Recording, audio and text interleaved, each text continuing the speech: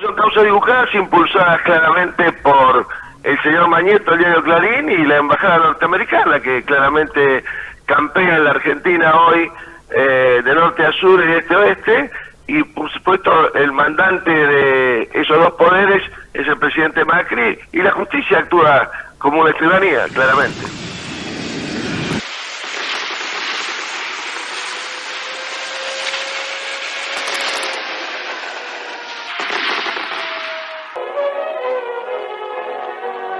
La entrada al departamento tiene aspecto de caja fuerte. Está dotado también de una caja de caudales modernísima y de modesto contenido. Muy buenas noches, Nelson. Fría noche acá en el Calafate con 2 grados bajo cero, y en el medio de todo eso la información que sigue moviéndose. Si bien los allanamientos que hubo 18 acá en el Calafate terminaron, todos dieron resultado negativo, pero negativo en función de buscar dinero líquido en efectivo, ¿no? Hay que aclarar eso. Están buscando dinero líquido, no lo encuentran. Yo me formé en el derecho, con lo cual creo en la justicia, ¿está? Y yo creo en la justicia, así que espero que la justicia en algún momento se ponga los pantalones largos, deje de hacer política y empiece... ¿Ve la mano de Macri atrás de todo esto? Y no tengo la menor duda, porque él tiene sobreseimientos express en causas que son absolutamente inexplicables. ¿Cómo es que de golpe aparecen los Panama Papers y él siempre dijo que no tenía nada que ver con las empresas, y de golpe arma una acción declarativa de certeza que sale en tiempo real en un juzgado civil, una sentencia írrita que termina aclarando con actas de directorio que efectivamente lo ponen en el lugar donde lo pone la investigación de los Panama Papers, y de golpe el juez dice, no, él no tenía nada que ver, era el papá. Yo le hago mi última pregunta. ¿Usted sí? En realidad, ven que no es la misma vara de la justicia para todo el mundo. ¿Ustedes lo ven o no lo ven? ¿O soy yo la única que está No, delirando? nosotros hemos planteado, yo por eso creo que la justicia va a tener que explicar... Bueno, entonces hay sobreseimientos express y detenciones y prisiones preventivas express. Soy un blanco de un plan sistemático de marketing, escrito con precisión en muchos libros del asesor extranjero del presidente Macri.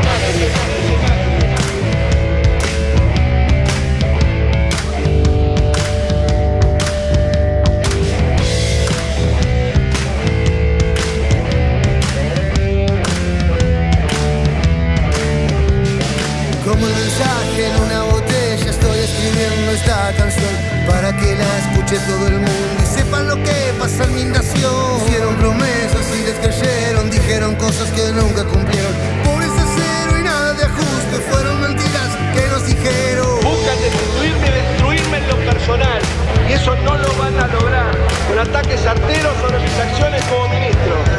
Acá en Argentina todo ha cambiado, manda el monigote del dueño de un diario. Jueces fiscales salen a cazar, como en el gobierno militar. Nadie se explica a ningún abogado por qué carajo estás encerrado. Presos políticos, viejos con hambre, todo está por volar por el aire.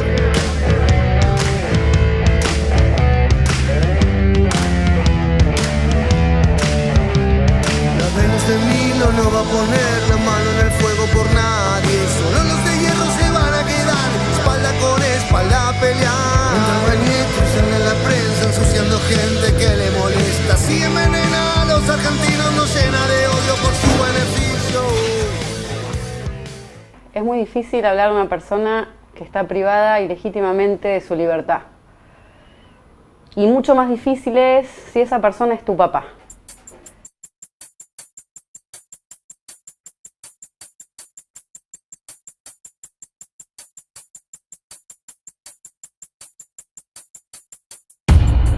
Digo privación ilegítima de libertad, en el caso de mi papá, como en el de otras personas, se vulneró el principio de inocencia, la presunción de inocencia que consagra nuestra Constitución Nacional. Dicho eso, me gustaría ante todo destacar que desde que tengo uso de razón, tengo imágenes, tengo vivencias, conversaciones, preocupaciones de él, donde lo que se manifestaba allí era su preocupación, su compromiso social y político. Esa fue la prioridad en su vida. La política fue su vocación, es su vocación. La militancia fue la columna vertebral de él. Y cuando digo militancia, digo la militancia en toda su extensión. Mi papá es un militante de la vida, ante todo.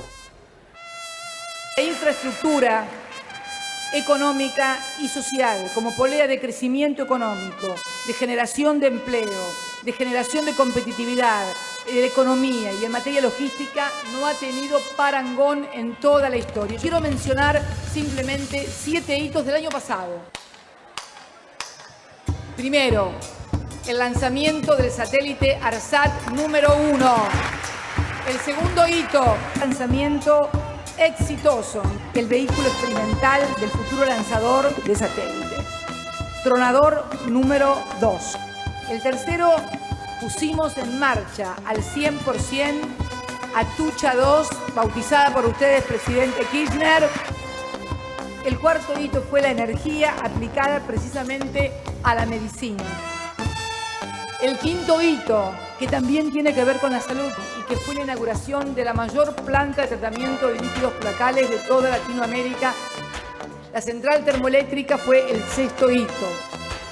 El séptimo hito fue la autovía 14, que fue inaugurada, 531 kilómetros de lo que había sido denominada la Ruta de la Muerte.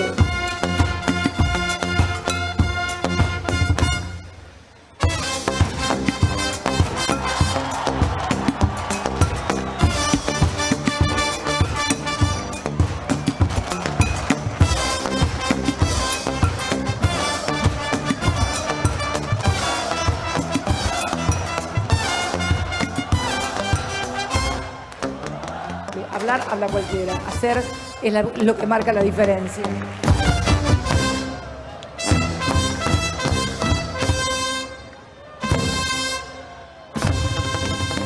Siempre esta expresión política, que es el liberalismo, que es la expresión del liberalismo, digamos, que va cambiando de nombre, ha tenido la misma actitud. Es estigmatizar a aquellos que producen transformaciones. No quiero ser grosera ni recordar cómo la calificaban a Evita en su momento, cómo en una pared apareció escrito "Viva el cáncer", digamos, ¿no? De qué acusaciones lo tenían a Perón respecto de la UES, cosas horribles. Hay que estigmatizar.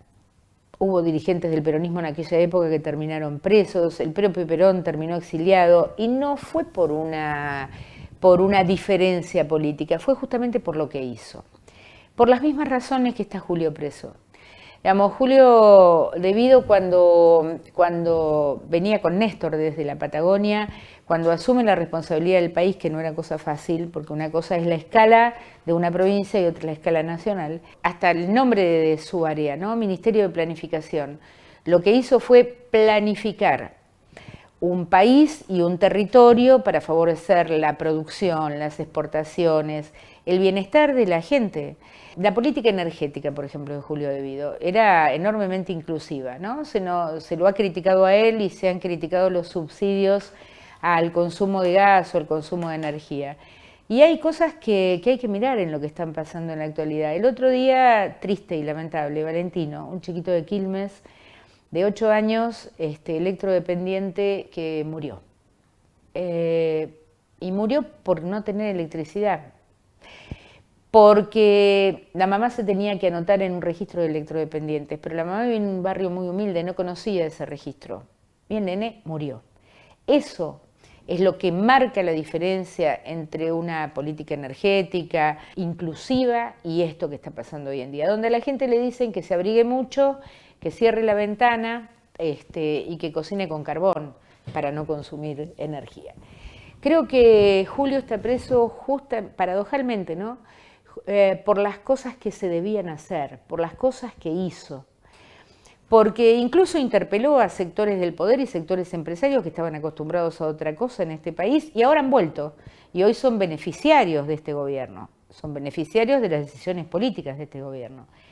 Él los interpeló y además fue enormemente activo, a gran escala, con las conexiones en la red de gas, cloacas masivamente construidas en los distritos, en grandes distritos, distritos enormes como La Matanza, que habían estado... Mire, le voy a dar un ejemplo, a contraimperio.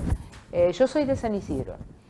Cuando asume Néstor y asume el Ministerio de Planificación Julio De Vido, en San Isidro estaba cubierto de cloacas más o menos el 40% de la población, el distrito más rico de la provincia de Buenos Aires. Y gracias al Ministerio de Planificación Federal y al gobierno de Néstor primero y Cristina después, hoy San Isidro tiene prácticamente el 90% de cloacas. Teníamos un déficit de pavimento enorme, sobre todo lo que es el Bajo Boulogne, Barrio Obrero Ferroviario en Villa Adelina, y hoy no hay, creo que quedan nada más que muy poquitas cuadras sin pavimento, gracias a la gestión de Néstor y de Julio De Vido y de Cristina. 12 años después, podemos decir con orgullo que no dejamos nuestros principios en la puerta de la Casa Rosada, porque reconstruimos un país en quiebra y casi sin esperanza, porque duplicamos nuestro PBI en 12 años y generamos 6 millones de nuevos puestos de trabajo, porque recuperamos YPF y los recursos de nuestro suelo y rescatamos también aerolíneas argentinas del vaciamiento. 12 años después, podemos decir que reactivamos la vida política y la llevamos al Congreso y las calles. Y votamos porque cada chico que nazca en la Argentina tenga garantizada su asignación universal. Votamos por el amor igualitario y por la identidad de género para que cada persona pueda encontrarse a sí misma libremente. Votamos contra los monopolios que le imponían condiciones a la democracia, por una ley de medios superadora de la que regía desde los tiempos de la dictadura. Por esas razones, lo único que uno puede pensar es que Julio es un rehén de este gobierno, que De Vido es un rehén, para mostrar en otro lugar, no a la gente, qué es lo que no se debe hacer.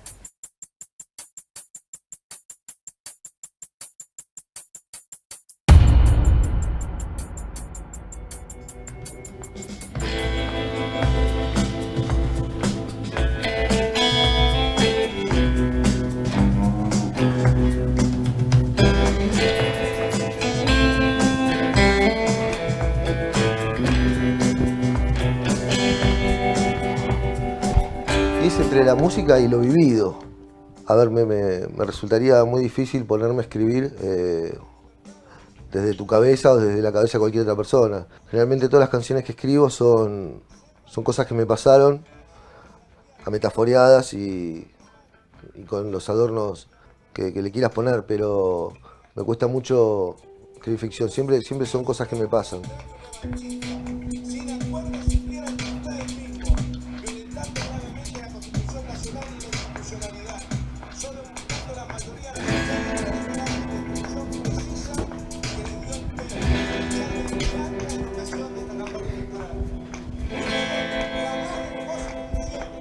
Y ¿cómo carajo hago? Para escribir sobre un tema que hasta los 44 años me fue ajeno, que es la no libertad de mi viejo. Me cuesta mucho contar cómo estos tipos tienen un sistema para demonizar gente a través de un diario, que la opinión pública tome partido, para después ponerlo en una jaula como un canario y que la gente lo observe, ¿no es cierto? Como chivo expiatorio, trofeo de guerra, como le quiera llamar.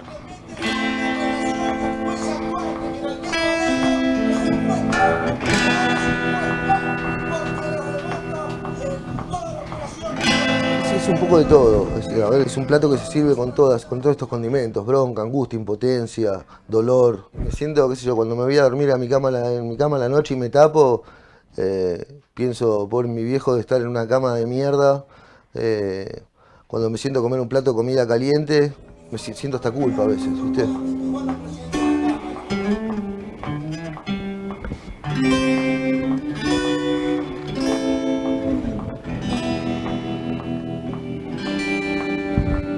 Asco le tengo, no bronca.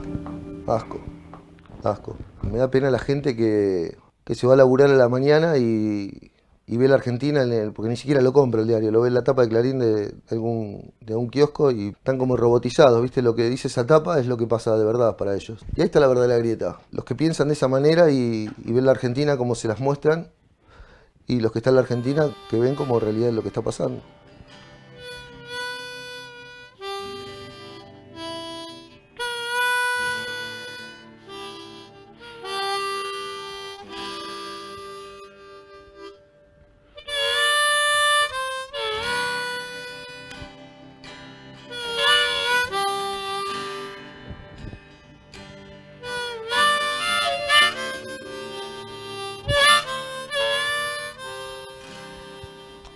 sigue siendo papá.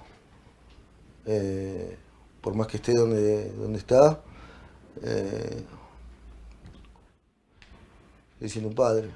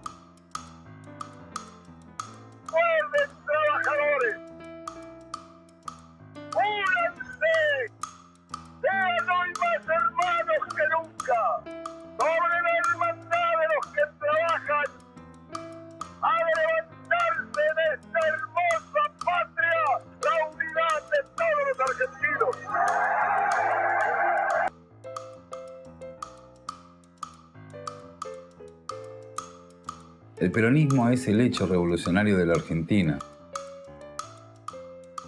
Raúl Scalabrini Ortiz, uno de sus principales intelectuales, lo sintetizó de esta manera. Bajo su dirección, la del presidente Juan Perón, el país trabajó durante 10 años. Transformó su organización financiera, repatriando la deuda externa y permitiendo la formación de capitales nacionales. Transformó su economía, diversificando los cultivos, estimulando la minería, apoyando decididamente la industria.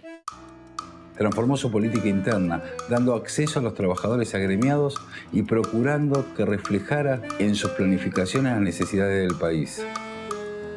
Transformó su estructura social con la formación de nuevas clases pudientes que no extraían sus provechos del campo.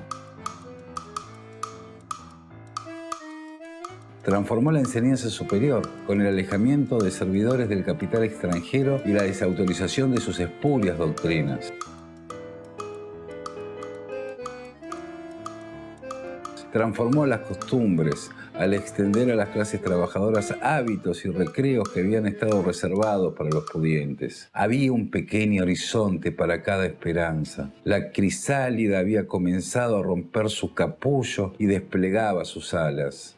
Quizás hay más diferencias entre la Argentina anterior y posterior a Perón que entre la Francia anterior y posterior a la Revolución Francesa.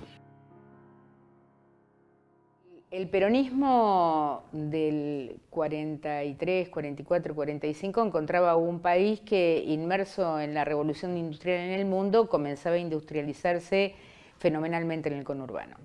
Para eso y para promover la producción nacional se necesitaba un plan de infraestructura y mejoramiento de los servicios, incluso para la erradicación de la gente que vivía a vivir a la zona urbana, que fue solamente posible con una mirada más a largo plazo, que estuvo reflejada en el plan quinquenal. Eso implicaba rutas, implicaba escuelas, implicaba red de agua, implicaba cloacas, lo que permitió que Argentina creciera fenomenalmente en materia industrial. Esa es la mirada del peronismo, siempre fue la mirada del peronismo, una mirada a más largo plazo, a más largo alcance, porque las miradas cortas o las propuestas cortas es lo que nos ha sucedido entre el gobierno de Perón y entre el gobierno de Néstor. Siempre fue una ausencia de planificación lo que hubo. Era solamente medidas, algunas extemporáneas, otras de corta visión, otras ligadas a negocios económicos, y entre uno y otro se fueron deteriorando enormemente los servicios, ¿no? Ninguno de nosotros puede olvidar lo que fue en la época de los 90 con el gobierno de Menem, ramal que para, ramal que cierra. En realidad el ferrocarril cumplía mucho más que una función de traslado de pasajeros o de producción. Unía pueblos. Hay pueblos que han quedado perdidos en el olvido luego que cerraron los ramales ferroviarios. Bueno, esta es la diferencia. Digamos, en el gobierno de Perón hubo una clara planificación territorial para unir esas poblaciones que además estaban ligadas a las producciones regionales y habían quedado aisladas, porque Argentina siempre tuvo una mirada centrista desde el puerto de Buenos Aires, ¿no? y hubo una desatención de lo que ocurría en el interior del país. Bueno, basta solamente ver la cantidad de población que tenemos en la Patagonia, escasa, pero por falta de servicios y por falta de infraestructura. El peronismo miró el país desde otro lugar, desde la posibilidad de generar una actividad productiva con posibilidades de exportación y abastecimiento del mercado interno. Para esto había que tener servicios, para esto había que tener infraestructura. Cuando uno mira a este gobierno actual, el gobierno de Macri, el gobierno de Cambiemos, la verdad que genera una profunda tristeza, ¿no? Pensar que se perdió tanto tiempo, estos 2 años y medio perdidos, y se perdieron tantas posibilidades.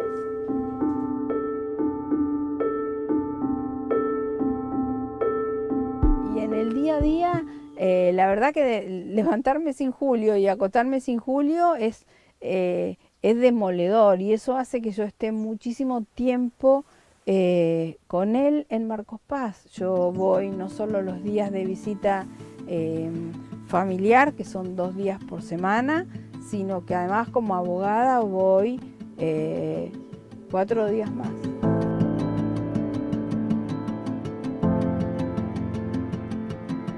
Desde los 28 años que estoy al lado de Julio, siempre estuve con él muchísimo tiempo y hemos estado trabajando juntos muchísimo tiempo.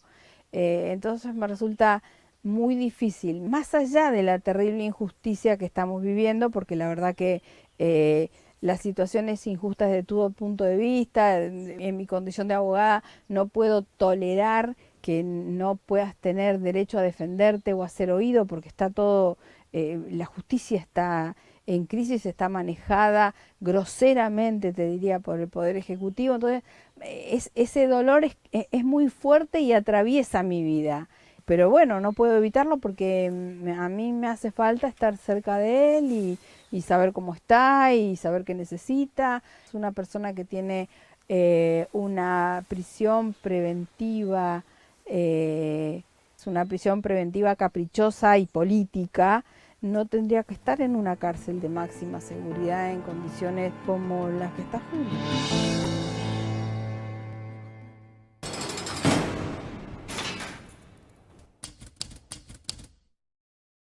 La política energética que diseñó Néstor y que llevó adelante Julio De Vido permitió licitar y empezar a construir 4.000 kilómetros de cañería. Lo temprano de la creación del Ministerio de Planificación en lo que fue el kirchnerismo, o sea, fue el primer ministerio que incluso Néstor Kirchner anunció públicamente que se iba a crear y enmarcó los primeros programas o planes de acción dentro de ese ministerio. Y te decía que el gran enemigo de Julio fue, además del grupo SOCMA, que te contaré después por qué motivos, el grupo Clarín.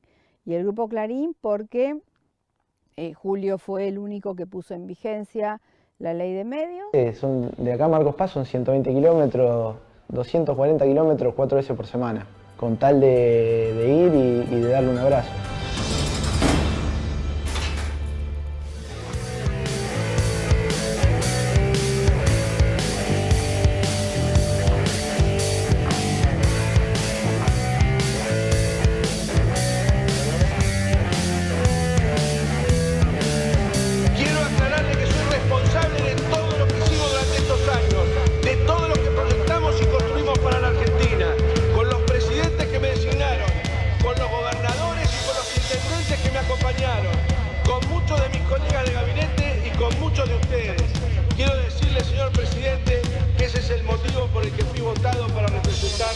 Al pueblo de Buenos Aires.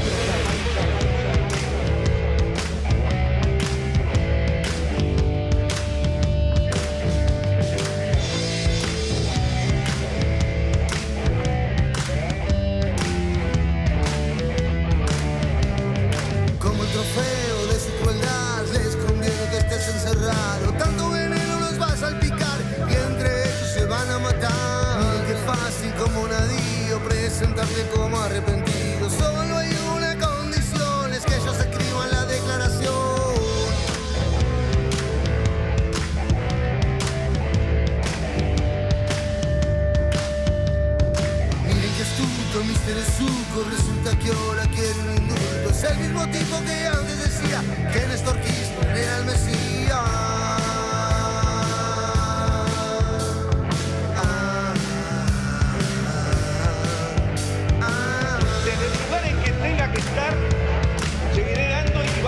marchando en contra de este programa neoliberal que lleva al hambre, a la miseria, a la explotación al pueblo argentino.